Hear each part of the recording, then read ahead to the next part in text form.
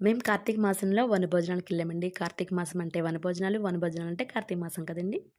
ఒక్కొక్కళ్ళు ఒక ఐటెమ్ తీసుకురావాలి అనుకున్నాం అనమాట. ఎవరే ఐటెమ్ తీసుకురావాలని 2 డేస్ నుంచి ఫిక్స్ అయ్యి ఆఖరికి తీసుకెళ్ళామండి.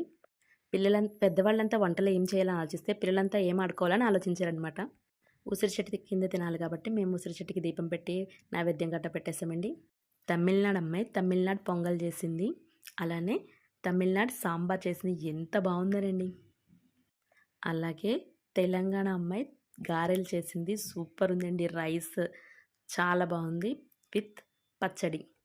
బెంగుళూరు అమ్మాయి పన్నీర్ కర్రీ చేసిందండి. సూపర్. కడప ఆలూ ఫ్రై, గోంగూర చట్నీ. ఇంకా మనం ఆంధ్ర రోటి పచ్చడి, కొత్తిమీర, టమాటా చట్నీ, అలానే బగారా రైస్. ఇన్ని ఐటెమ్స్ చేసుకెళ్ళామండి. పాపడాలు కూడా ఉన్నాయి. ఇన్ని ఐటెమ్స్ చేసుకెళ్ళి పిల్లలతో ఫుల్ ఎంజాయ్ చేశామండి. మీరు ఈ కార్తీక మాసంలో వనభోజనాలకి ఎక్కడికెళ్లారో, ఏ ఏ టెంపుల్స్‌కెళ్లారో కామెంట్ చేయడం మాత్రం మర్చిపోకండి. బాయ్.